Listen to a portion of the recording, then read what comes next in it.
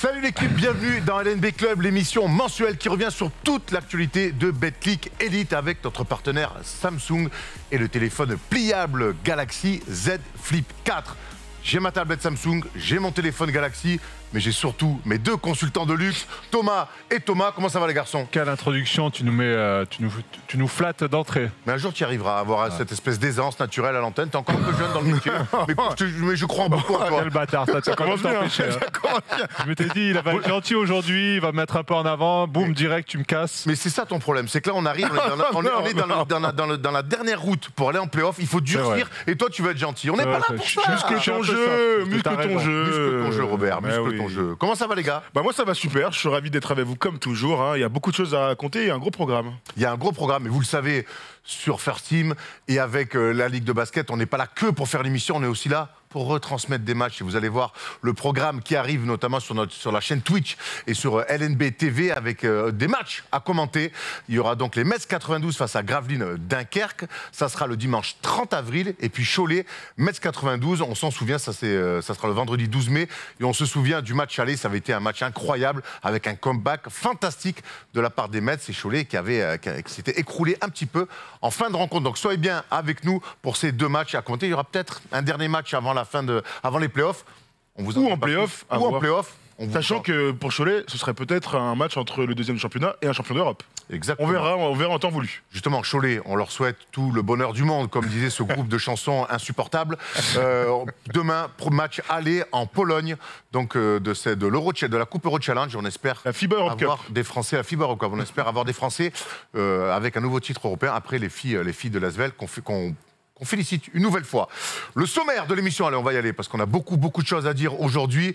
Un débat, les Mets peuvent-ils être champions de France? Eh bien, pourquoi pas? Ça va pas être simple, et on va essayer d'analyser les aspects positifs et les aspects négatifs pour ce qui serait l'une des vraies grosses surprises si les Mets arrivaient à être champions de France. L'interview de Nicolas Lang, on reviendra sur les 30 ans, évidemment, du titre du CSP Limoges, la fête. Et puis la suite, puisque les Limougeaux, en plus de faire la fête et de célébrer ce titre des 30 ans, veulent aussi accrocher une place en play-off.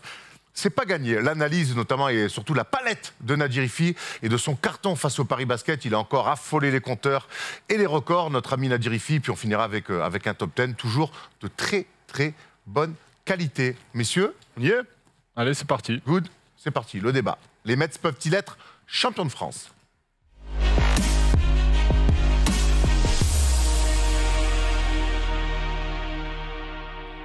Battus ce week-end au buzzer à Limoges, les hommes de Vincent Collet sont pour l'instant toujours deuxième du classement, mais peuvent-ils être champions de France? Un pari osé en Betclic Elite, mais pour une personne, un certain Victor W, c'est fort possible. Vous faites une saison collective surprenante et de très haut niveau avec les Mets. Les playoffs vont arriver. Ça perd un peu derrière. Cholet est en train de craquer. L'Asvel lâche quelques matchs. On l'a vu à Gravelines il n'y a pas longtemps. C'est quoi l'objectif? C'est s'offrir une finale. Est-ce que vous pensez que ce groupe-là, des Mets, qui a été un peu chamboulé, il y a le départ de Waters il n'y a pas longtemps, est-ce que vous pensez que ce groupe-là peut s'offrir Monaco ou l'Asvel sur une série? Ouais, bien sûr. C'est... Franchement, il y a besoin d'un seul argument, c'est qu'on a Vincent Collet. Et que quand on lui fait confiance, ça marche bien. Bel hommage, en tout cas, de Victor Wembanyama à son coach et sélectionneur en équipe de France. En tout cas, pour ceux qui en doutaient, de dire que la saison des Mets 92 est déjà réussie en étant deuxième, en gagnant des matchs, en faisant une saison déjà pleine. Pour ceux qui doutaient de la suite, les Mets 92 sont ambitieux avec ce que vient de nous dire Victor. Ça c'est clair, et c'est un message et une idée qu'on doit tous installer dans nos têtes, c'est que cette équipe s'est formée avec tout ce qui s'est passé cette saison, pour être championne. Et Victor, on a eu plusieurs fois l'occasion d'en discuter. Les ambitions de Victor Wembanyama et de ses coéquipiers, c'est d'être champion de France. Alors bien sûr, il y a beaucoup d'obstacles qui vont arriver pendant les playoffs, mais moi j'aime que les clubs aient une ambition d'être champion de France, parce qu'il n'y a que eux qui peuvent y croire. Nous, on peut être des détracteurs, on peut émettre certains doutes, il n'empêche que eux doivent y croire, et ils y croient clairement en disant, après ce qu'a dit Victor en interview. Bien sûr, c'est normal d'y croire. Quand tu es deuxième du championnat, tu peux que espérer finir champion, même si je pense que c'est une belle surprise cette année. Personne ne les attendait à cette deuxième place et ils vont avoir un effectif un peu court. Mais si eux n'y croient pas, qui va y croire à leur place? Et voilà, les résultats prouvent qu'ils ont raison d'y croire en tout cas. On se souvient que l'année dernière, la saison régulière des Mets 92 avait été de très haut niveau. Et finalement, la fin de saison avait été complètement vendangée et qu'on se souvient. Plus personne n'y était, on s'en souvient, grave. Que plus personne n'y était et que les Ricains avaient plus envie d'aller en vacances plutôt que de jouer le titre. Cette année, en tout cas, au dire de Victor Wembanyama, le meilleur joueur de l'équipe, cette équipe-là va jouer le titre. On va voir, il leur reste 5 matchs à jouer au Metropolitan. Ils ont pour l'instant 2 matchs d'avance sur Cholet qui est 3e. Et on va voir donc match face à Gravelines à domicile. Match face à la GL Bourg, Nanterre 92 qui jouera son maintien, même si les Nanterrains ont eu des victoires importantes, mais Nanterre jouera aussi le maintien. Cholet et donc le derby face à Paris Basket, le dernier match de saison régulière comme la saison dernière, c'est un calendrier pas simple, Thomas. Non, pas simple, mais à leur portée, après avoir les joueurs qui seront disponibles, c'est toujours ça un peu le sujet cette année avec les Mets. C'est pour ça que quand je dis que c'est une surprise, c'est qu'il leur est arrivé tellement de choses cette année aux Mets que franchement, ils sont bien battus, ils ont gardé la tête haute et ils arrivent à conserver cette deuxième place depuis un bon moment. Il faut continuer à avoir en tête que dès que les Mets et Victor se déplacent, c'est un match de gala. On a eu la chance de commenter le match au Portel, c'était un match de gala et l'équipe adverse a fait un match fantastique. On a vu ce week-end contre Limoges ASP que c'était un match de gala et que l'équipe adverse a fait un match fantastique. Donc les 5 matchs qui restent seront des gros matchs à jouer pour les Mets 92. Alors il y a à la fois garder la deuxième place, c'est l'objectif, mais aussi se préparer pour les playoffs avec ce nouveau line-up d'équipes qui vont devoir vivre sans Tremont Waters, on en parlera tout à l'heure. On va aller sur le roster un petit peu plus tard, tu l'as dit. Là, on va voir le classement, puisque les Mets sont, on l'a dit, 2e, avec 2 matchs d'avance sur Cholet. Le tie-breaker, parce que pour l'instant, ils ont gagné au match aller. On a vu que le match retour se jouera donc à la Meilleraie. On a l'impression quand même qu'ils ont un vrai avantage pour finir 2e et avoir avantage du terrain 1er et 2e tour. C'est ce qui est important quand on voit aujourd'hui que la salle à Marcel Cerdan est pleine et qu'ils sont poussés par un public. Et qui perdent rarement à domicile, tu as raison, vous avez vu, hein, ils sont à 10 défaites, il n'y a qu'une seule autre équipe à part Monaco qui a 10 défaites, c'est l'Asvel. L'Asvel a 3 matchs en moins disputés, l'Asvel pourrait revenir au niveau des matchs 92 s'ils assuraient. Donc j'ai l'impression que l'essentiel est fait, c'est-à-dire avoir l'avantage du terrain, ils l'auront. Sauf cataclysme de fin de saison. Maintenant, voilà, c'est contre qui ils vont devoir se battre au premier tour des playoffs et puis envisager, pourquoi pas, une demi-finale. Voilà, c'est les objectifs de fin de saison pour les Mets, c'est d'arriver 2e.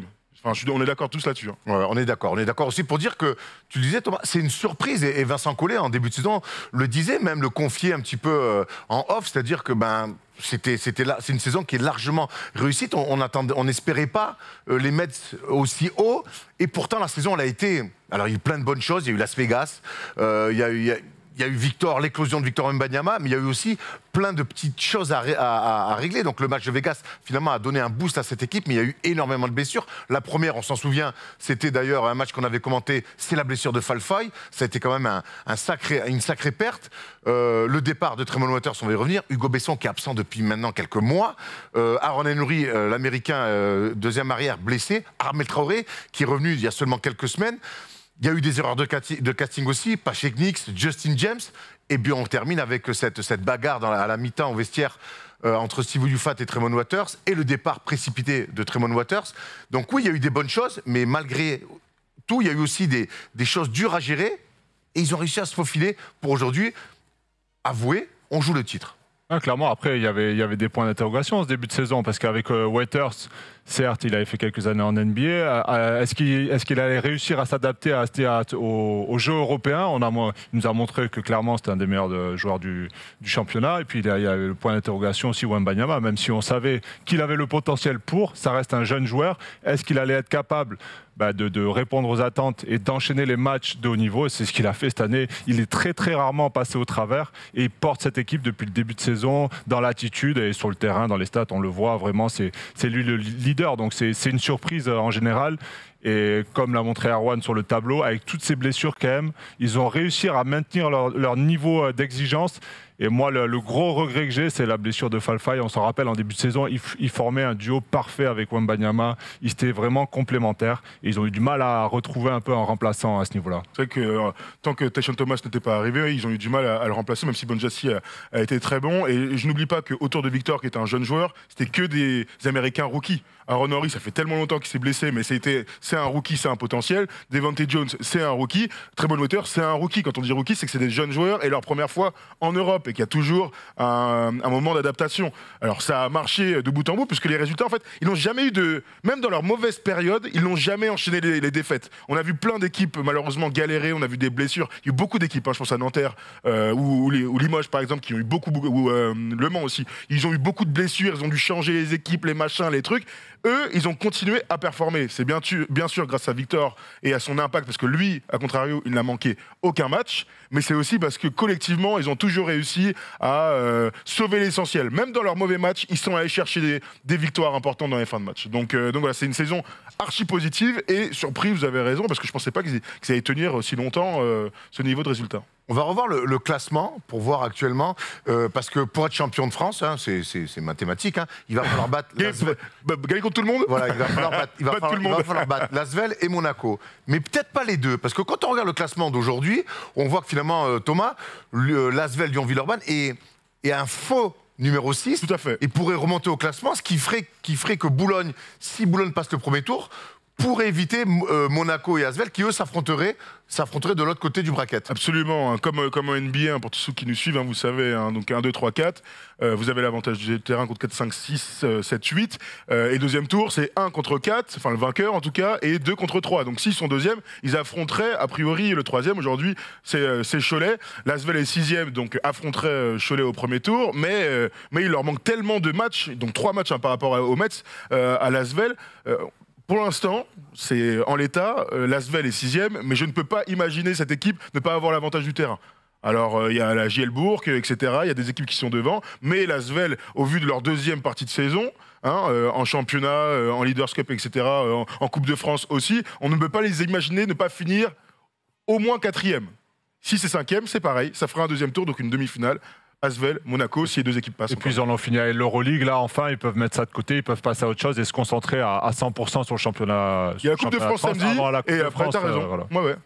Quelque part, finalement, on a presque l'impression que pour que les Mets soient champions, il faudrait que toutes les planètes soient alignées, et finalement, le fait qu'il y ait une potentielle demi-finale entre Monaco et l'Asvel, c'est bon pour les Mets.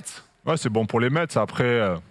L'effectif est un peu court. Là, c'est là, dans les journées qui viennent, on va voir si le retour de Besson, si Frazier qu'ils ont recruté un mec apparemment qui ne peut pas jouer, donc ça, à voir ce qu'il a. Apparemment, il a un problème au bras. Et voilà, et on a entendu dire qu'il ne remplacerait pas Waiters. Moi, quand même, je trouve que c'est important d'avoir un meneur un peu, même si on respecte Jones, voilà, il fait du taf, c'est un meneur un peu à l'ancienne, qui gère bien son équipe, mais ça manque un peu de talent, de création sur les bases arrières. À voir comment revient Besson. Et t'as raison, quand tu vois le match contre Limoges, en face il y a un mec, donc Bryce Jones, qui est en 25 et 12, là où Devante Jones était à 7 points dans ce match-là. Alors, no offense à Devante Jones qui fait une belle saison. Le problème, c'est que si t'as l'ambition d'être champion dans ce championnat-là, en général, ton meneur de jeu titulaire américain, c'est un bête de joueur. Voilà, c'est un truc qu'on a vu et qu'on voit chaque année. Il faut que ton meneur titulaire soit à top niveau. Et là, c'est pas le cas. Alors, tu as raison, Hugo Besson va revenir. Et à voir dans quel rythme. C'est important que Hugo Besson, avec son talent d'attaque, sa créativité, sa faculté à marquer des paniers, s'il arrive à 100%, forcément, l'équipe sera meilleure. C'est tout con, mais c'est mathématique. Après, tu vois, là, on met dans le roster là, que vous pouvez voir. C'est vrai que sur le poste de meneur, le choix donc, de ne pas remplacer Waters, c'est donc Devante Jones qui va trouver meneur titulaire. Et on sait que ça n'a pas été simple en l'absence de Tremont Waiters. Et derrière, Hugo Besson, oui, on l'a décalé au poste de meneur, mais on sait qu'Hugo Besson est un poste 2 créatif, qui peut monter la balle, qui peut créer, évidemment, sa qualité première, mais c'est pas un meneur académique. Ça reste un métier, meneur des jeux. Voilà. Après, bien sûr qu'il est capable de monter la balle, jouer un pick and roll, mais il va falloir un patron aussi en fin de match, qui est capable de gérer les temps forts, les temps faibles, et de peut-être trouver Victor aussi. Ils ont un peu du mal parfois sur les fins de match. Et moi, j'aurais bien aimé qu'ils aillent chercher un meneur. Ils auraient peut-être pas trouvé un meneur aussi fort que Waiters, mais du soutien en tout cas pour Jones, ça aurait fait du bien. Et ce que tu dis pour Hugo Besson, c'est la même chose pour Léo Konaté. Hein. Ils sont capables de monter la balle, ils sont capables de jouer meneur ici ou là, mais ce ne sont pas des meneurs de jeu. Et c'est vrai que quand on se projette, j'ai l'impression qu'ils ont besoin quand même d'un meneur de jeu, surtout quand tu vois la saison de Tremont Waters qui, malgré tout ce qui s'est passé, on va en discuter un petit peu, c'est un joueur top niveau qui leur a fait gagner un nombre de matchs incalculable dans les fameux matchs où ils sont pas bons. Et il a apporté ça, du talent, du leadership, de la défense, etc. Même si c'est surtout des interceptions. Mais le manque de Tremont Waters, l'un des tout meilleurs meneurs du championnat, elle est hyper préjudiciable pour Vincent Collet et pour l'effectif. On voit les stats là, de Tremont Waters, hein, pour ceux qui avaient peut-être des doutes encore sur l'impact de Waters sur la Betclic Elite. Il n'empêche que, baskettement parlant, certes, ça va manquer, mais de ce qu'on a pu un peu entendre entre les lignes, il y a un soulagement aussi, tant les dernières semaines de Tremont Waters au sein du groupe, elles étaient compliquées. Il en faisait un petit peu qu'à sa tête. Il voulait pas écouter les consignes du coach. En tout cas, il était un petit peu en opposition avec ce que Vincent Collet voulait mettre en place. Et quand on entend Victor dire on peut être champion de France parce que Vincent Collet, on se dit que finalement, c'est peut-être un mal pour un bien. Bah moi, même si c'est dur à avoir comme ça. Le soulagement, je peux le comprendre. Alors ça va durer 2, 3, 4 semaines. Après, quand on va avoir des matchs difficiles, qu'il va falloir mettre des gros shoots, se créer des situations tout seul, on va faire appel à qui? Moi, c'est ça le problème que j'ai un peu sur les bases arrières, c'est qu'il va manquer un peu de création, de talent. Et on sait que pour être champion, eh ben, c'est des détails, c'est avoir des joueurs capables de mettre des gros shoots et de sortir des situations compliquées. Je te rejoins complètement et Erwan a raison, on en a beaucoup parlé avec les joueurs, le staff, on a essayé de récolter un maximum d'infos. Vous savez qu'il y a eu une bagarre à la mi-temps du match contre Monaco, ça faisait des semaines que ça se passait mal, parce que Tremont Waters a un peu switché en cours de saison. Au début, c'était pas trop le cas, il jouait à peu près normalement et c'est vrai qu'il a voulu prendre la lumière, il a pris beaucoup de place. Dans le jeu, c'est bien normal au vu de son talent, mais surtout dans le vestiaire, il était plus apprécié presque par personne au sein du club, carrément. Et l'incident avec Steve Oyufat est une conséquence de plusieurs semaines de mal-être. Moi, ce qui me fait dire qu'ils sont capables de le faire, c'est que j'ai écouté attentivement ce que nous a raconté Victor pendant l'interview et que j'ai la sensation qu'ils vont faire corps, ils vont se serrer les coudes et ils se sont trouvés une nouvelle mentalité pour bien finir la saison. Et on sait que lorsqu'il y a des surprises, si on peut appeler ça une surprise, s'ils vont au bout, parce qu'ils sont quand même deuxième, et ben c'est souvent quand il y a une alchimie de ouf. Quand je pense à Nanterre, je pense toujours à une alchimie de ouf. Alors il y avait du talent, des mecs qui vont éclore plus tard, qu'on connaissait pas forcément, etc., etc. Mais s'ils doivent aller au bout, c'est parce que ils vont avoir un supplément d'âme que les autres n'auront pas. Les plus gros rosters n'auront pas. Donc Monaco, évidemment, mais l'Asvel aussi. Donc voilà, c'est ce qui me fait dire qu'ils sont capables de le faire. L'alchimie d'équipe. Est-ce qu'on peut revoir un petit peu le roster? Parce que quand on se projette sur les futures joutes de play-off, quand on voit l'Asvel en face avec Dibost, Nando à la main, quand on voit Monaco avec Eli Okobo, Mike James, tu seras zèle, tu peux le mettre. Jordan Lloyd, quand je vois JL Bourque avec Benitez et Axel Julien, c'est quand même très solide. Et Floyd en plus aussi qui est sur un poste de deuxième arrière.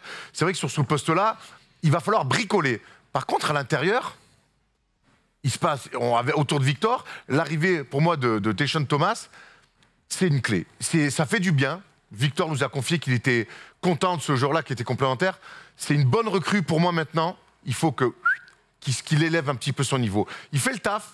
J'attends, je ne sais pas ce que vous en pensez, mais j'attends de Tayshaun Thomas un petit peu plus, une sortie un petit peu pour dire ok, je suis là, vous allez aussi pouvoir vous appuyer sur moi et pas juste dire moi je comprends, je joue juste, je connais bien le basket, je suis un bon joueur. On a envie de plus, on attend plus pour l'instant de Tayshaun Thomas. On le voit que c'est un bon joueur, il a un peu tout en magasin, c'est un joueur avec un style un peu nonchalant, capable de shooter à mi-distance, un peu à 3 points, bon passeur. Après j'en ai discuté un peu avec l'entraîneur du Mans qu'il avait eu l'année dernière.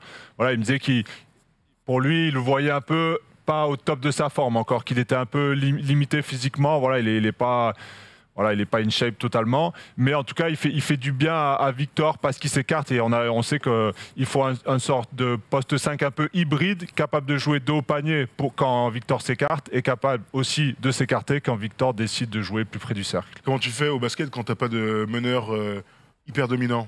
Tu joues avec ton poste 4 qui est aiguilleur du ciel.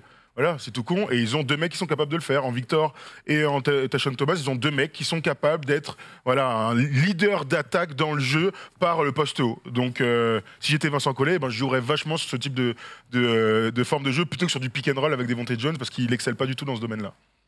Les Mets 92 sont donc deuxième, avec un bilan plutôt très bon. Maintenant, on va voir que dans les confrontations directes avec les 2 ogres du championnat, que sont l'Asvel et Monaco, le bilan, il n'est pas incroyable. 0-3 face à Monaco, donc les 2 matchs en Betclic et le match en Coupe de France où vous avez pris Doudoune à Gaston Monaco, Médecin. terrible. Et puis face à l'Asvel, c'est à peine mieux. On se souvient la victoire avec un coup de sifflet, non coup de sifflet plutôt, ou en tout cas un coup de sifflet côté. On se souvient sur une fin de match un peu houleuse. En Leaders Cup, ils avaient été honnêtes en jouant à 6, mais ils avaient perdu face à l'Asvel. Et puis ensuite, ils avaient de nouveau perdu en championnat à l'Astrobal. Ça, c'est un bilan quelque part qui n'est pas très rassurant pour la suite. Ils sont à leur place, sachant que j'oublie pas que le premier match contre Monaco à domicile se finit en prolongation, ils mènent de 15 ou 20 ou un truc comme ça, ils se font attraper par une équipe qui clique. Ils sont à leur place. C'est pas mieux que la 3e meilleure équipe de championnat. Alors c'est le 2e meilleur bilan, il n'y a pas de doute, mais c'est la 3e meilleure équipe avec les forces en présence. C'est 2 équipes d'Euroleague, avec des plus gros budgets, des plus grosses masses salariales. On rappelle que Monaco a 10 millions de budget, que l'Asvel a 4 millions de budget et que les Mets ont 2 millions de budget. Donc ils sont à leur place. Est-ce qu'ils sont capables sur une série de les sortir? Moi j'ai envie de te dire, qu'en l'état, non. Ils n'ont pas assez de force. Il n'y a pas assez de profondeur. Voilà, donc le basket parfois, et j'aime bien le dire, c'est l'équipe qui a les meilleurs joueurs qui gagne. Ce sera aux Mets de prouver le contraire sur une série face à l'une de ces 2 équipes. J'ai envie de vous poser une question simple et compliquée à la fois, c'est qu'est-ce qu'il faut aux Mets pour être champion? Michael Jordan. Mais je crois qu'il n'est pas dispo. J'ai une info, c'était une exclue, mais je voulais la Pas garder. sûr. Il joue plus. Ah merde, alors pas lui du coup. Il va falloir que les joueurs blessés déjà, je pense à Besson, Fraser, reviennent en forme.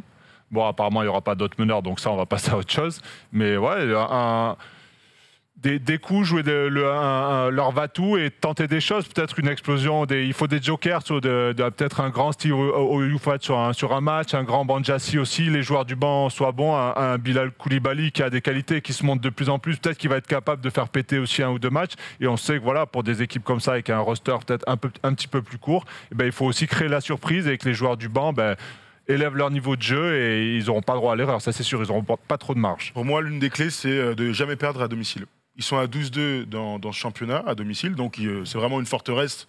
Marcel Cerdan. Si en play-off, avec l'avantage du terrain, c'est tout bête, hein, tu perds pas à domicile, tu passes.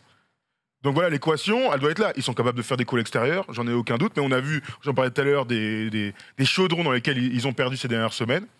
Si à domicile, tu fais des matchs sérieux et tu te loupes pas, tu vas en finale. Après, gagner contre l'Asvel et Monaco, vous savez ce que j'en pense, mais déjà de faire une finale avec ce roster, ce serait une sacrée prouesse. Ce serait exactement une sacrée prouesse. T'en dis quoi, toi, Erwan? Moi, je pense qu'il va falloir un Victor parfait. Il va falloir que les joueurs de second rôle soient parfaits aussi. Il faut que les planètes soient alignées. Je pense que la gestion des momentum, et même à domicile, parce que tu as raison, cette année, on les a vus à domicile plutôt maîtres, mais on les a vus aussi gérer des fins de match plutôt très bien. Mais il y avait Tremont Waiters. Il n'est plus là. Et quand ils perdent contre Rouen, tu te souviens, il n'est pas là, par exemple. Il est pas là. Pour moi, la gestion des money time, sans Tremont Waiters, va être primordiale. Comment ils vont gérer, à qui et où ils vont mettre la balle. Voilà. Et pour moi, ça, je sais que Victor aime ces moments-là, mais seul, il ne pourra pas le faire, même s'il est parfait. Pour moi, la clé des champs, ça sera pour moi vraiment Tayshaun Thomas, qui doit franchir un cap par rapport à ce qu'il montre depuis les quelques matchs qu'il a, où c'est propre, correct, on est content. Pas à Limoges. Hein. Mais pas à Limoges, mais il va falloir qu'il soit meilleur. Pour moi, c'est la clé. Le problème au basket, c'est que les intérieurs, ils n'ont pas la balle en premier. Donc ils vont être dépendants de ce que leur donnent aussi leurs arrières et le meneur. Un système, une passe rapide. C'est aussi ça le problème, mais on sait que Victor, il va être coupé dans tous les sens parce qu'il n'y a pas spécialement d'autres solutions. C'est pour ça que je parle du retour de l'arrivée surtout de Fraser et Besson pour écarter le jeu. Fraser qui est censé être un gros shooter, on va voir s'il est capable d'apporter ça. Mais à la main, il va falloir quelqu'un qui mette le ballon sous le bras, faire les bons choix, peut-être laisser le chrono tourner et prendre la décision sur un pick and roll. Et après, forcément, c'est un Victor, il va falloir un super Victor, il en est capable. Est-ce que cet homme, même si c'est pas lui qui va le faire directement de mettre le ballon sous le bras, c'est pas Vincent Collet. Quand on écoute la déclaration de Victor Wembanyama, c'est dire... Parce que Vincent, si on sait que quand on l'écoute, ça marche. On sait que sur toute la gestion des tempos, si les joueurs sont au mot près de Vincent Collet, justement, peut-être que ça peut compenser le manque d'un patron sur le terrain. Oui, tu as raison. Les leaders, de toute manière, ils sont censés être sur le terrain, mais quand on voit Didier Deschamps dans le foot, on sait qu'ils peuvent être aussi des coachs. Malheureusement, ce n'est pas les coachs qui jouent. Donc Vincent Collet, il peut mettre tout en place. Si c'est suivi pendant 38 minutes, tant mieux, mais si sur les 2 dernières minutes, ça s'effrite, il ne pourra rien y faire. Donc tu as raison, évidemment, tu as raison, Erwan. mais il n'aura pas plus d'impact qu'un coach peut avoir dans une fin de match. Bon, on est d'accord que ce n'est pas les favoris, qu'on mettra toujours, que pour l'instant Monaco-Lasvel semble mieux armé sur cette fin de saison pour se retrouver en finale et être champion. Mais on ne sait jamais, avec cette équipe des Metz 92 qui nous surprend depuis le début de saison, à voir un petit peu comment ça va se passer en playoff. Il leur reste 5 matchs, on vous l'a dit, il y en aura 2 qui, à minimum, qui seront sur la chaîne Twitch First Team et sur la LNB TV. On le rappelle, les Metz 92 face à Gravelines le dimanche 30 avril. Et le 12 mai, Cholet, Metz 92. Tout ça, ça sera sur Twitch, évidemment, en gratuit et sur LNB TV. Messieurs, on a fait le tour des Metz. On va aller dans le Loiret, à Orléans, parce qu'ils ont une nouvelle salle. Et c'est l'événement du mois.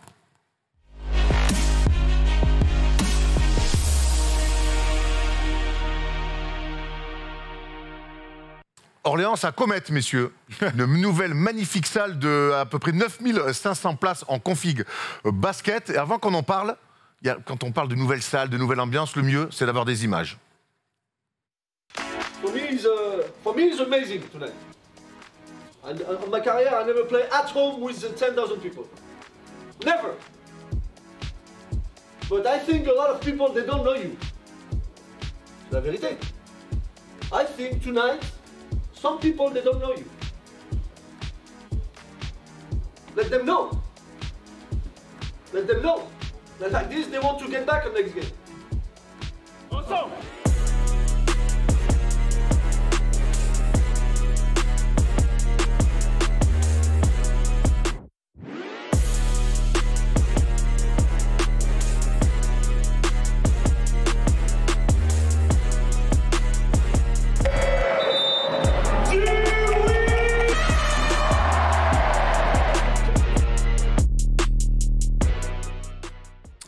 Magnifique nouvelle salle donc du côté d'Orléans qui a fait honneur à la salle avec une victoire. C'était le 1er avril dernier face à Angers, 98-78. Thomas, c'est important pour le basket français de voir des nouvelles salles comme ça sortir de terre. On en voit de plus en plus, hein. Je pense à celle de Saint-Chamond, ça, oui. On a été commenter la Leaders Cup, voilà, qui est une très belle salle, plus petite, voilà, 4500-5000. Et là, à Orléans, voilà, il y a du basket autour et ils méritent d'avoir une salle comme ça, aussi belle, de quasiment 10 000 places, c'est ça, voilà, c'est ça. Et quand on voit des 500, images ouais. comme ça, on se régale et c'est bon en tout cas pour le basket français et c'est de bon augure pour la suite. On ne peut pas imaginer un basket français sans des infrastructures de haut niveau. On ne peut pas imaginer donc des équipes, que ce soit en Pro B ou en première division, avec des outils de travail, parce que c'est ça. Accueillir les gens dans les bons endroits pour que la lumière soit belle, un jumbotron en haut, avec des loges tout autour. Saint-Chamond, on avait adoré ça. Ouais. Et à Orléans, c'est pareil. C'est comme ça qu'on va faire la promotion de ce sport qui est merveilleux. Si tu joues dans une petite salle, dans un hangar, bah oui, il y aura des.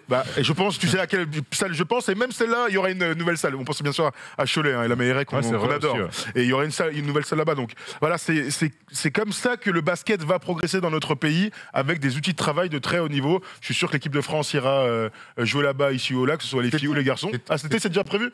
Super, très bien, Erwan. Toi, c'est les infos, me semble, à Orléans. Très bien. Tu vois comment t'es, Erwan? Bravo. Il y en a une, ouais, c'est Pau, t'as raison, Pau, Montpellier et Orléans. Voilà, tout ça. Et puis, donc ce sera le meilleur moyen aussi pour que les fans y aillent et puissent profiter. Regardez comme c'est beau. Ouais, visuellement, c'est beau. T'as envie de voir ça à la télé, t'as envie de t'asseoir sur ton canapé et regarder un match comme ça, sympa, des belles lumières, un magnifique parquet. C'est tout ce qu'on a envie de voir, en tout cas. Là, sur cette photo, les amis, celle d'avant, c'est 9503 personnes. C'est le record d'affluence cette saison pour un match de Pro B. Rien que ça, alors. Après la situation, ils vont redescendre la capacité à 5500 places parce que faire 10 000 chaque semaine, enfin une semaine sur deux pour un match de Pro B, c'est très ambitieux. C'est déjà pas mal, 5000, attends. C'est énorme. En tout cas, on a vu que le public avait répondu présent avec Salcombe pour cette première. Donc bravo à Orléans et on embrasse Germain Castano et Orléans qui espère remonter en Betclic le plus rapidement possible. Messieurs, ce mois-ci, je suis encore allé poser 2-3 questions. J'adore ça aussi. J'adore ça. On est allé du côté de Limoges. On est allé du côté de Limoges parce qu'il y avait des choses à fêter, mais aussi des choses à raconter. C'est l'entretien du mois, j'allais dire la semaine, du mois.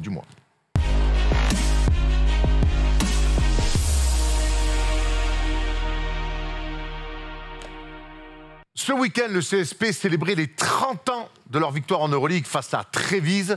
On s'en souvient, en tout cas pour les plus vieux, mais même les plus jeunes. J'espère que vous avez regardé ce match sur Internet parce que c'est un match historique, mais Tiens, regarde, il te régale là. Fallait célébrer Pas ça. tout, pas le Fred. On n'a Bien jamais sûr qu'il y a pas de faute. il y a Rien du faute. tout. Fred Forté sur Tony Kukoc, Incroyable. juste avant qu'il aille rejoindre Michael Jordan et Scottie Pippen en NBA. Pour ceux qui ne savent pas, c'était Luka de l'époque, disons-le. Voilà. Ah oui. Ni plus ni moins. Il jouait meneur avec ses 2,07 m Incroyable. à Trévis, qui était l'un des grands clubs, qui était l'un des grands clubs européens. Donc ce week-end, Limoges célébrait les 30 ans de cette victoire et de cette interception quelque part de Fred Forté, interception magique qui a fait jaser, qui a fait parler. Même Fred s'est exprimé sur le fait qu'il y avait faute ou pas. Même Tony Kukoc en avait parlé. Du coup, on est allé poser des questions à Nicolas Lang. Et après, je voudrais avoir votre avis. 30 ans après, qu'est-ce qui reste de cette victoire au club et dans la ville même? Dès que tu arrives à Limoges, tout le monde te met au courant de ce titre de 93. C'est une grande fierté pour le club, mais au-delà du club, toute la ville. Même des personnes qui viennent te dire ah, je ne suis plus trop le basket ou des choses comme ça, mais en 93 j'étais là, en 93 je suis allé accueillir les joueurs à l'aéroport ou des choses comme ça, et puis ils te citent tous les joueurs, donc en fait c'est clair, c'est la première équipe française à avoir gagné ce titre de champion d'Europe. Et tu sens vraiment que c'est ancré, c'est viscéral même, quoi. Tu vois, c'est une grande fierté, et je pense que ça traverse les générations, quoi. Tu vois, 30 ans, c'est pas neutre, il y a longtemps quand même, mais les gens se souviennent quand ils étaient petits, un peu comme tu sais où tu étais pendant la Coupe du Monde, la finale de Coupe du Monde 98. Et pour les Limougeaux, c'est ce titre de 93, quoi.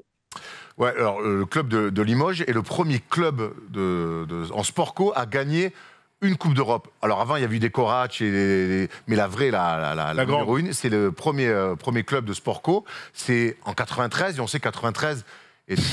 Alors, il y a le CSP Limoges qui gagne donc l'Euroleague, il y a l'Olympique de Marseille qui gagne donc la Ligue des Champions, il y a un autre club qui gagne une Coupe d'Europe, la Ligue des Champions aussi. Alors, c'est qui ? Lequel ?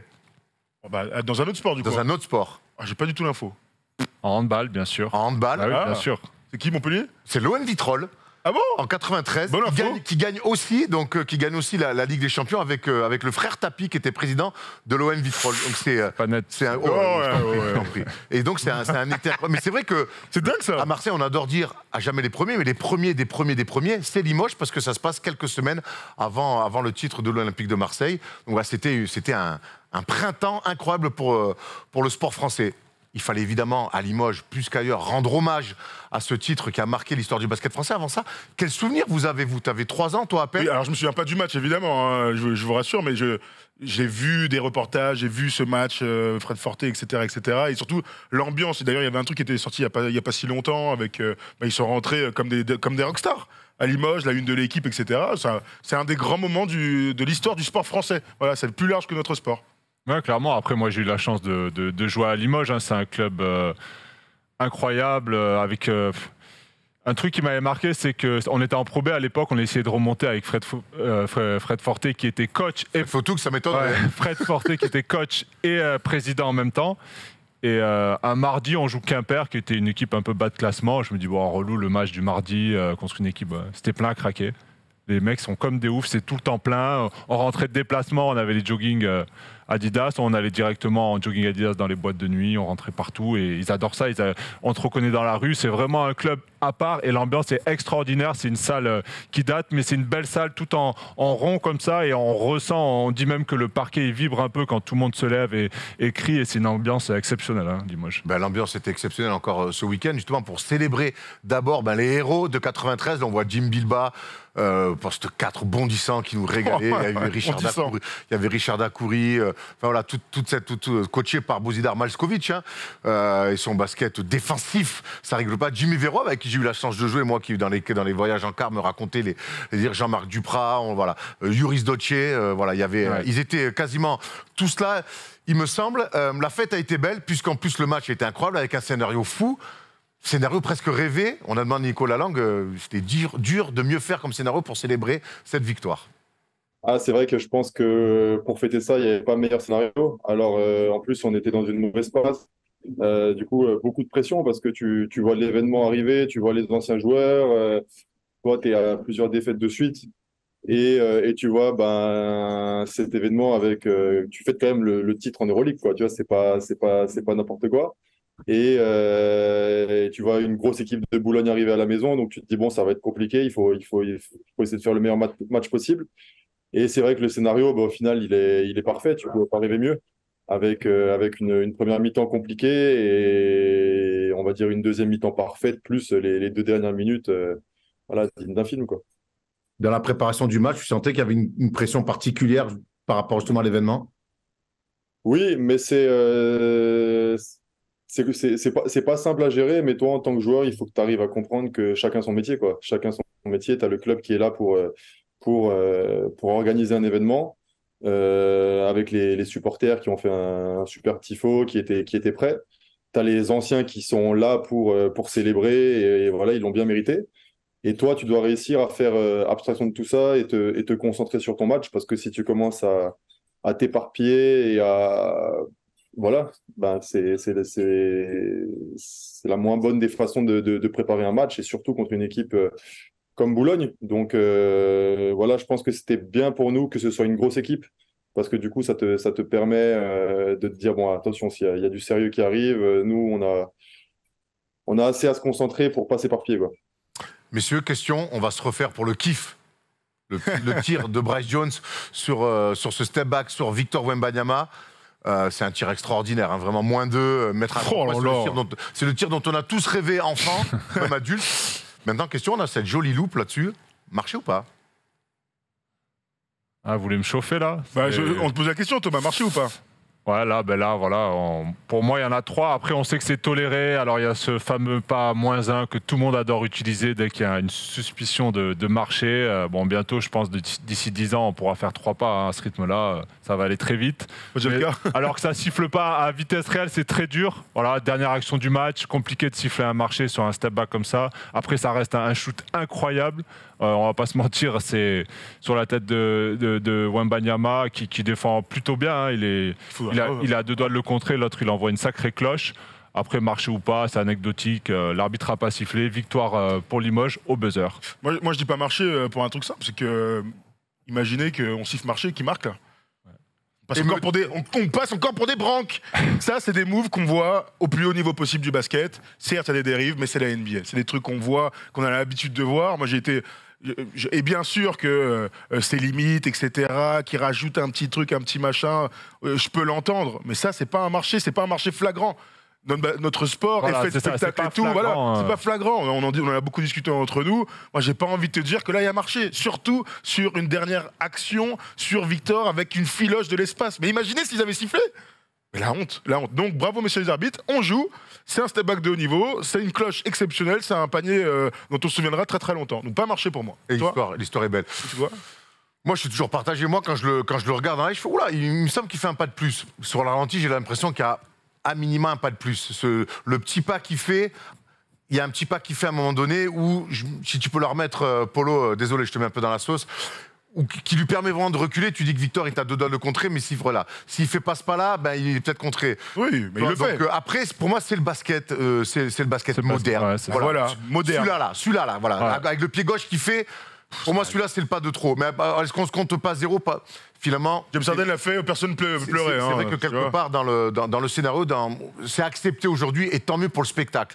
Il faut que... Alors, je sais que les pragmatiques et peut-être les supporters des Mets me diront non, c'est marché, c'est le règlement. Mais je préfère en tout cas voir ça et profiter de l'euphorie derrière, plus que dire non, il y a un marché. Mais je pense que Thomas a bien résumé, c'est pas flagrant. Ok, donc on est sûr de rien. Donc moi, je préfère quand on n'est pas sûr, on laisse jouer. Voilà, comme pour une faute, un marché. Si on n'est pas sûr, on laisse jouer, on laisse les joueurs décider entre eux. Soyez pas surpris que je le tente à Ops Factory cette semaine. Très bien. Si tu siffles marché, je te parle plus. Par contre, je prendrai marché. Je te dis tout de suite. Balle de match, le gars il lâchait, il fait marcher là, oups. Je pense qu'il y a bagarre. Vous jouez ensemble. Justement, non. Que contre toi, ça. Que contre moi. Que contre toi. Sinon, on n'est jamais ensemble. Sinon, on n'est jamais ensemble. On n'est jamais ensemble et je gagne tout le temps. Tu as gagné la dernière fois. C'est bien ce que je dis, que ça fait 100% sur les marchés. On prend toujours, mais sur Tom Serravino, qui confond handball et basket. Mais il progresse. La fête fut belle ce week-end au CSP Limoges, mais il y a une suite de saisons. Et on a demandé à Nicolas Lang, il va falloir se remettre en route. Cette victoire, elle est belle, mais il va falloir aller chercher une 8e place. pour accéder aux playoffs, pour que la saison soit réussie. C'est pas simple cette année 2023, c'est ce qui nous a confié aussi Nico. C'est assez compliqué pour nous depuis, je dirais, depuis fin janvier, on va dire. Depuis fin janvier, et on s'accroche, on va dire. On s'accroche, on a eu des résultats assez décevants. En dents de scie, on a eu des grosses victoires. Et après, on a eu du mal à confirmer. On a eu comme je disais, des résultats assez décevants, mais au final, je vois que personne ne lâche. Et c'est ça, ce qui était décevant, c'est de ne pas réussir à attraper ces victoires pour un peu récompenser l'effectif des gros efforts aux entraînements. On s'entraîne très dur. Et maintenant, j'espère qu'avec cette victoire, ça va nous permettre de pas nous enflammer comme on l'a fait après Monaco. Et derrière, on a enchaîné 4 défaites de suite. Mais au contraire, nous encourager à continuer à bosser et essayer d'aller chercher au-delà des playoffs. Déjà, essayer de chercher le prochain match à domicile contre Blois. Parce que je pense que c'est une erreur qu'on a fait assez régulièrement depuis le début de l'année, c'est de se fixer des objectifs un peu à long terme, parler de playoffs alors qu'il te reste encore 12-13 matchs à jouer ou des choses comme ça. Alors maintenant, il en reste que 5. Mais vraiment essayer de se focaliser sur le prochain match. Je sais que c'est bateau, mais au final, dans le sport, c'est une vraie vérité. Et bien sûr, j'espère qu'on va réussir à enchaîner pour aller chercher ces playoffs-là. Ça va être compliqué parce qu'il y a des équipes à côté qui gagnent des matchs aussi. Donc, mais on va déjà se concentrer sur nous et sur le court terme. Pragmatique, hein, Nicolas Lang. Alors oui, il y a l'euphorie du titre des 30 ans, de voir les anciens, il y a cette belle victoire au buzzer. Mais la réalité de 2023 de ce CSP Limoges, elle est dure. Hein. 11e, 13 victoires pour 16 défaites. Il reste 5 matchs. Ça va être compliqué, hein, cette fin de saison régulière. Ça va être très compliqué. Ils étaient sur 4 défaites d'affilée, donc cette victoire au buzzer, elle leur fait sacrément du bien. Moi, je les ai vus jouer contre le Paris Basket à l'Accor Hotel Arena récemment. Ils m'ont inquiété, hein, je vais pas vous mentir. Il y a beaucoup de joueurs qui se cachent, j'ai l'impression, qui ne prennent pas leurs responsabilités, contrairement à Nicolas, qui lui, par contre, essaye de mener son équipe, joue beaucoup de ballons, provoque, encourage ses coéquipiers. Il est exemplaire, honnêtement, et c'est pas facile parce qu'il y en a qui, vraiment, je le répète, qui se cachent, qui devraient prendre un peu plus de responsabilité. Et on sait que devant aussi, là, on est une partie de la saison où il y en a qui sont en train de se battre pour le maintien et il y en a qui rêvent de play-off. Hein. Il y a pas mal d'équipes, ça va jouer entre 5-6 équipes, c'est à cette 7-8e place. Il va falloir s'accrocher, mais ça va être compliqué. En tout cas, pour eux, moi, je les vois pas en tout cas se qualifier pour les Thomas, il y a une lutte entremêlée entre presque des... Et il y a même des équipes qui jouent la 8e place et en même temps le maintien. Non, mais c'est clair. Si tu prends l'exemple du Paris Basketball, ils étaient dans le maintien. Là, ils font tout pour être en play-off. Donc c'est fou. C'est aussi la réalité de notre championnat, c'est qu'il est très dense. Les équipes ont des momentum, gagnent des matchs, mais après en perdent beaucoup. Est-ce que Limoges va le faire? Moi non plus, je suis plutôt dans ta situation. Ce serait un sacré exploit d'y être. Déjà qu'ils sauvent leur miche, il y a un mois, ils auraient signé pour ça. Écoute, on verra ça. En tout cas, il reste 5 matchs au CSP pour espérer aller accrocher une 8e place. Et Limoges en play-off, c'est toujours la fête, hein, dans la ville là-bas. Et la salle, on imagine, sera pleine. Allez, on a fini avec le CSP Limoges. On va aller un petit peu plus au nord, voir un Nadir Hifi en palette cette fois-ci.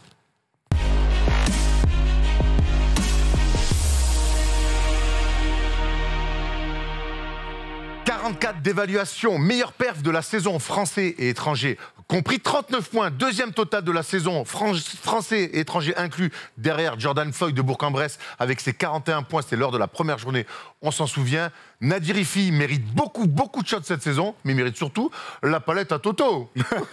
En effet, tant qu'à faire, pourquoi est-ce qu'on ne ferait pas une petite palette sur notre ami Nadir Hifi qui nous régale avec le Portel? On a eu la chance cette saison de commenter Nadir Hifi. C'était pas son meilleur match, mais il a montré d'autres qualités, surtout défensives.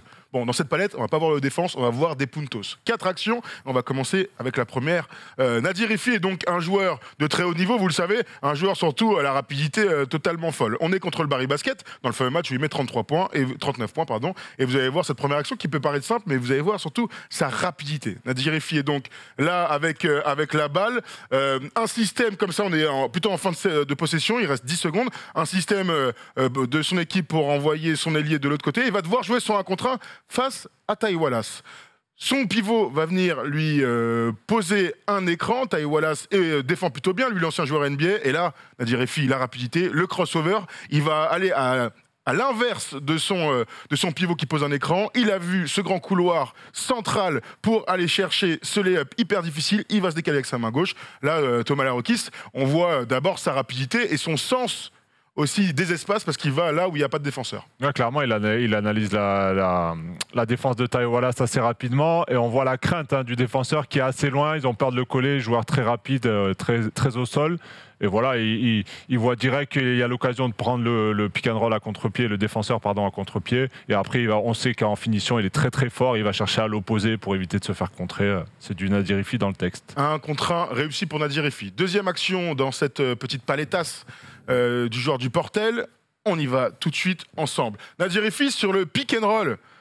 Vous allez voir que lorsqu'on passe en dessous, Nadir il a tendance à sanctionner bien sérieusement. On y est sur Nadir Hiffi qui est dans le corner. Il va avoir une remontée facile. On voit Benoît Mangin qui va couper complètement à l'opposé du terrain. C'est Nikolic, son pivot, qui récupère la balle. La remontée donc et le jeu à 2 pour Nadir Hiffi, et on va focus aussi sur la défense d'Ismaël Kamagaté sur cette action. Nadir Hiffi qui remonte, un premier écran, c'est Sims qui défend dessus et qui va passer en dessous. Est-ce que c'est la bonne solution? On va voir que non dans cette action. Le petit cross pour revenir. Nadir Hiffi qui va faire ce petit step back sans marcher. Il n'y a absolument rien à dire. Sims est très très loin. Nadir Hiffi va se lever. Regardez, il est peut-être à 2 mètres, 2 mètres 50 de l'attaquant. Il va prendre ce tir en toute décontraction, mais on voit aussi le rythme de Nadir Hiffi sur cette action qui est un joueur très intense et très en rythme, surtout sur ses appuis, Erwan.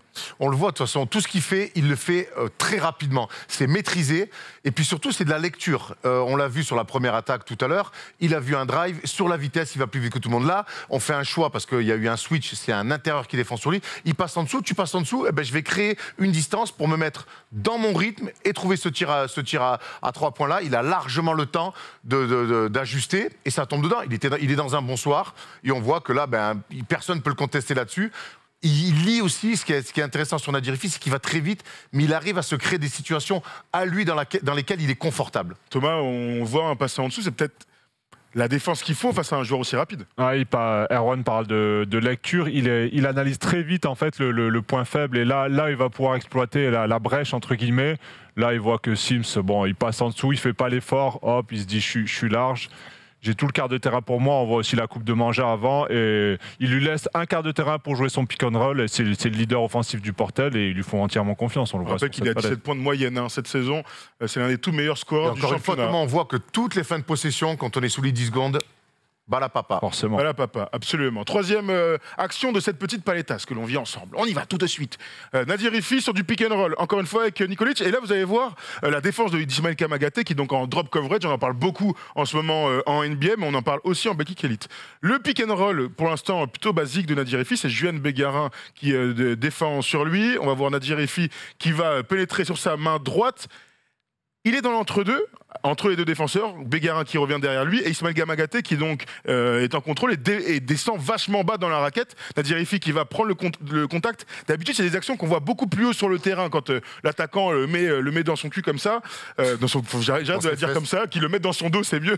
Derrière le petit contact de Juan Bégarin et surtout la finition de très haut niveau main droite pour éviter le compte de Kamagaté, qui est l'un des tout meilleurs défenseurs et dissuadeurs de tout ce championnat-là. Vraiment, il y a du talent. C'est ce qu'on retient de cette action, Thomas. Ouais, clairement du talent. Là, c'est un pick and roll classique à 3 sur un quart de terrain. Forcément, il passe assez facilement au début. Ensuite, il hésite avec la petite passe à terre. Il y a le défenseur du corner qui aide. Du coup, il temporise un peu. Il attend de voir ce qui peut se passer. Est-ce qu'il peut trouver son intérieur ou pas? Et après, ce qui est très fort, c'est la finition avec sa main droite, sachant qu'il est gaucher. Il va chercher en haut de la planche sur Kamagaté, comme tu l'as dit, un des meilleurs contreurs du championnat. Et ça, c'est des finitions de très haut niveau. C'est un clinique, on le voit, on parle de lecture sur les deux premières attaques, là c'est une lecture parfaite. Il a quand même deux défenseurs, on sait que Juan Bégarin était sur l'homme, est un défenseur quand même féroce, et que dans la dissuasion, Ismaël Kamagaté, c'est compliqué de passer au-dessus. Et là, il va leur faire la chanson aux deux, c'est-à-dire qu'il... Le retard de Bégarin, il va en profiter pour le mettre dans son dos. Et puis derrière, il va fixer parfaitement Kamagaté. Et par la technique des appuis, alors que c'est quand même le plus petit des trois sur l'action, il va réussir à aller trouver un angle sur la planche. Voilà. Encore une fois, la lecture, elle est parfaite. Ça va vite, mais il prend le temps. Il prend le temps d'aller là où il veut aller. Important, mais cette action de mettre le défenseur après pick and roll, c'est ce qu'on retrouve au plus haut niveau. Les meilleurs joueurs NBA, les meilleurs, ceux qui prennent des pick and roll en NBA ou en Euroleague, sont capables, action après action, de mettre le gars dans le dos et de finir. Et c'est des trucs qu'on voit déjà. Tous les meneurs de très haut niveau, même on peut tous les citer, ils le font tous. Et Nadir Hiffi a déjà ça en bagage, des choses qu'on pourra retrouver dans les années suivantes. Dernière petite palette pour notre ami Nadir Rifi. On y va, c'est sur cette fois-ci, c'est sur la deuxième mi-temps, dans le 4e quart-temps, et c'est un tir, alors encore une fois, de très très haut niveau. On va décortiquer ça tranquillement ensemble. Remise côté avec Ron Curry, Nadir Rifi qui va prendre l'écran d'Allen qui va remonter. Pour l'instant, c'est un système côté tout à fait basique. La défense sur lui d'Axel Toupane. Son écran à l'opposé, un petit main à main. Alors là, regardez cette action. Il va aller, encore une fois, très très vite, prise de décision. Il va rentrer sur sa main droite alors qu'il y a du monde. Il n'y a pas de spacing sur cette action. Mais Nadir Rifi est un joueur tout à fait à part. Il va se lever.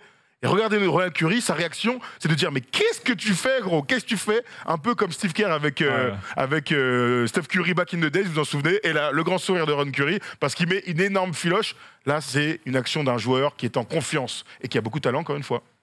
Ouais, parfois, dans le sport, il faut arrêter aussi d'essayer d'expliquer tout ce qui se passe. Et ça, c'est du talent, tout simplement. C'est un joueur en confiance et talentueux parce que là, tu l'as dit, le spacing est pas bon. Curry, il doit partir directement dans le corner, là, après ce main à main. L'autre, il revient jouer contre lui. Même les défenseurs de Paris sont surpris qu'ils prennent ce shoot-là. Toupane met la main, il fait une défense correcte. Voilà, ça s'appelle le talent et ça s'appelle être un fort joueur. Tout simplement. On a parlé beaucoup de lecture, de vitesse pour Nadir Rifi, mais l'une de ses, peut-être même sa plus grande qualité, c'est imprévisible. C'est très dur de le défendre parce qu'il est imprévisible et on le voit là-dessus sur de la création et c'est un joueur à qui il faut laisser des libertés. On l'a vu sur la première action, notamment sur Taïwala, s'il y a un pick and roll, bam, et ben il le prend pas et finalement sur de la vie. Voilà, pour moi c'est la qualité première de Nadir Rifi, c'est le fait qu'il soit imprévisible. Maintenant on va voir l'évolution de ce garçon-là dans des équipes peut-être qui vont jouer des coupes d'Europe, peut-être un jour en Euroleague, peut-être un jour plus haut, on verra. Mais on va voir comment ses futurs coachs le laisseront jouer. Mais ce côté imprévisible. Bah c'est une vraie galère à défendre. Ça, c'est un truc qu'on m'a toujours répété, moi, dans toute ma formation, c'est que quand tu fais quelque chose sur un terrain, il faut arriver à surprendre ton adversaire. Donc, ça peut être par un démarrage, un cross, mais aussi dans les finitions. Et finir main gauche plutôt que avec ta main droite, quand tu peux mettre main droite, les appuis inversés, etc. Et c'est vrai, vous avez raison, hein. Il a absolument tout ça en magasin pour surprendre les mecs. On verra quel sera son plafond. Il sait ralentir, il sait accélérer, il sait changer de rythme, il sait s'adapter aux situations, aux défenseurs qu'il a. Et c'est ce qui fait qu'il est capable de faire des cartons offensif comme ça. Voilà, Nadir Rifi, on le retrouvera aux États-Unis, hein, bien sûr, cet été, parce qu'il va y jauger un petit peu, on verra. Il est apparu d'ailleurs dans le second tour de draft, vous avez vu dans les différentes drafts. Logique. Tout à fait, il est apparu. Donc à voir, on souhaite bien sûr le meilleur à Nadir Rifi, que ce soit en France, en Europe ou aux États-Unis. Tu sais que j'ai reçu des mails, il paraît que si tu continues à faire 3 palettes comme ça, tu auras automatiquement ton BE. Ah bah ça c'est une bonne nouvelle, parce que je voulais comme on est un peu sur la fin une fin de cycle chez First Team, j'étais chaud d'aller dans le coaching. Eh ben parfait, je te vois bien assistant vidéo, tu vois, très bien. Non, respecte-moi, moi je suis coach ou rien, head coach bien sûr. Viens t'asseoir, ça reviendra. Allez, le temps que Thomas reprenne sa place, nous on va aller se pencher sur les classements. On va commencer avec, comme d'habitude, la Betclic Elite. On va voir ce qui se passe dans la lutte au play-off et on va voir ce qui se passe aussi pour la lutte au maintien, parce qu'on l'a dit tout à l'heure, ces 2 combats s'entrecroisent un petit peu. Pour l'instant, Gravelines, Le Mans et Lyon-Villeurbanne, donc sont dans la lutte. Lyon-Villeurbanne, c'est normal, mais Le Mans, Gravelines sont dans les 8. Paris Basket, Rouen rêve encore de play-off. Thomas ? Ouais. Il y a un truc qu'on n'a pas dit, je crois, tout à l'heure. Je vous rappelle, hein, quand même, vous l'avez vu passer il y a 2 ou 3 semaines. L'Asvel est à 16-10, 28 matchs joués parce qu'il y a eu une décision de la Ligue. Je ne sais pas si on l'a dit tout à l'heure. Non, on l'a pas dit tout à l'heure. Je préfère qu'on le dise. S'ils gagnent leur match en retard, ils sont à 17-10 et donc ils remontent à 3e place. Mais je voulais qu'on soit très clair là-dessus. Après, sur le reste, en effet, ça va être passionnant, mais on le dit depuis le début de la saison. C'est une saison passionnante à tous les étages. On ne sait pas ce qui va se passer. Dans la lutte à la relégation, les équipes gagnent, font des séries, finalement repèrent des pots, se retrouvent encore une fois en galère, mais rien n'est joué. Il reste 5 journées. Il reste 4 journées, pardon. 5. Dans 4, non ? 5. C'est un match en retard, les Mets. 5. 5. Limoges aussi. Il y a 34 journées, okay. Là on est à 29. Après, il y en a qui ont plus de matchs que d'autres. Pour Monaco, il en reste que 4. La plupart des équipes, 5. Très bien. En tout cas, rien n'est fait, que ce soit pour les 8 en play-off ou le maintien, hein, même Fos qui est lanterne rouge, rien n'est fait. Donc tous les matchs vont compter quasi double. Là. Ça va être archi intéressant à suivre. En stats, comment ça se passe? Leader statistique de Betclic Elite, Victor Wembanyama, toujours meilleur scoreur de Betclic avec 21,5 points, meilleur rebondeur avec quasiment 10 rebonds. Et côté passe, c'est Stéphane Moody, le meneur tonique plutôt de Rouen, qui prend la première place de Michael Stockton, meilleur passeur. Papa John va gueuler, je pense, si Michael finit pas meilleur scoreur de Betclic. Meilleur passeur. Ça pousse au scoring là derrière. Je suis curieux de savoir, est-ce que peut-être c'est un petit objectif pour Victor de finir meilleur marqueur ou pas? Il y a par rapport à Victor, alors c'est bien que tu dis ça parce que moi je lui ai posé la question la dernière fois qu'il est venu. Ouais. Hein. Je lui ai posé la question. Est-ce que pour toi ça compte, etc. Parce qu'au moment où on a fait l'entretien, c'est quand Ronald March était repassé devant et on en a tous beaucoup parlé, etc. Il m'a dit attends, il est passé devant parce qu'il a joué un match de plus, etc. etc. Je te le dis, ça compte énormément pour Victor d'être meilleur scoreur de ce championnat-là. Moi j'aime les ambitions collectives, mais j'aime bien quand c'est allié aussi avec des ambitions individuelles. Quand tu arrives à faire les deux, c'est que tu es un joueur équipé pour aller au-dessus. Bon, ça tombe bien, c'est le cas de Victor. C'est ce que j'aime bien, moi. Le top 10 peut-être. Non, c'est la Pro B aussi. Ah bah oui, bien sûr. Non, et après, c'est après le top 10, t'es trop pressé. Ah, c'est moi qui suis trop pressé. Come on, everyone. Le classement donc, de la Pro B où Saint-Quentin est toujours premier. Ton ancien club, Thomas, qui pourrait monter directement en Belgique Elite. Ça serait quand même une énorme surprise, même si derrière Chalon-Reims pousse fort. C'est le même bilan, Chalon et Saint-Quentin. Et derrière, donc, Aix-Maurienne et Saint-Valais qui, pour l'instant, sont dans la zone des relégables. Mais là encore, rien n'est fait, même si pour Saint-Valais, ça se complique de journée en journée. On a fait un large tour. D'habitude, on met le top 10 avant les classements. Mais j'aime bien, comme l'a dit Rifi, être un peu imprévisible. Et la régie, ils m'ont dit « Ah, le top 10 !» Mais j'ai pas oublié le top 10. Regarde la preuve, toc, il est là.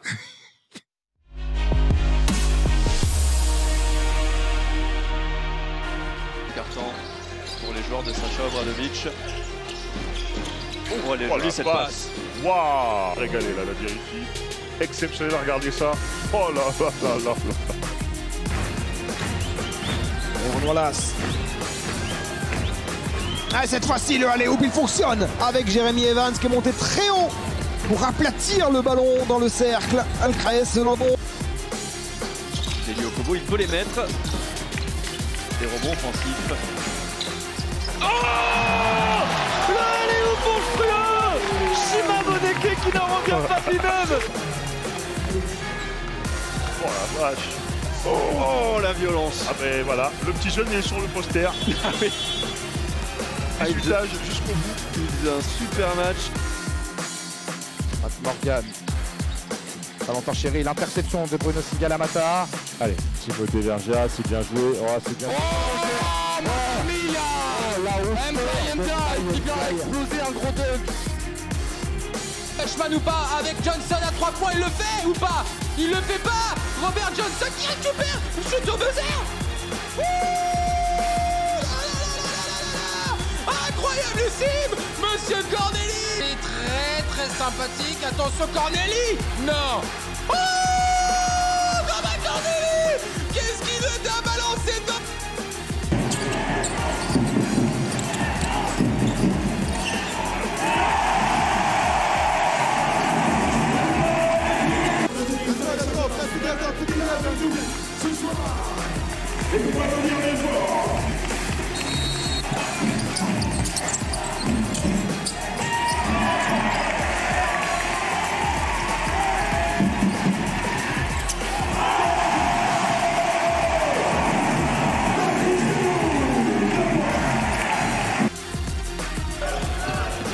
Konaté devant le carreau fort, il va essayer de l'enrouler. Konaté. Mais c'est mon jeu. Koulibaly. Laissez-moi ce qu'il va nous faire. La claquette dunk de l'espoir.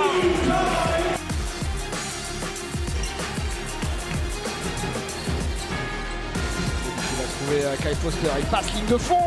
Attrapé. Gros contre. C'est George Carton là, qui a c'est une occasion de venir.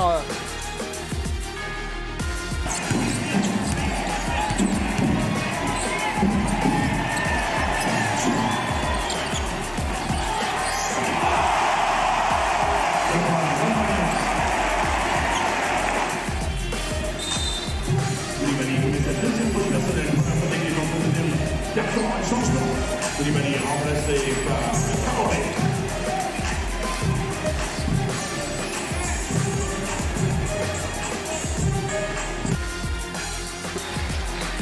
Importantissime.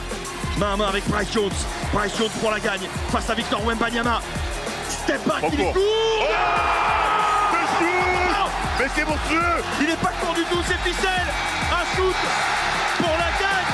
Bryce Jones met le volcan au blanc en ébullition. Énorme victoire.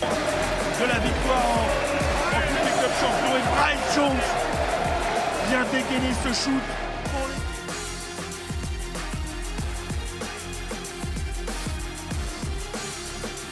Encore un top 10 de très très haut niveau. Messieurs, on a fait le tour.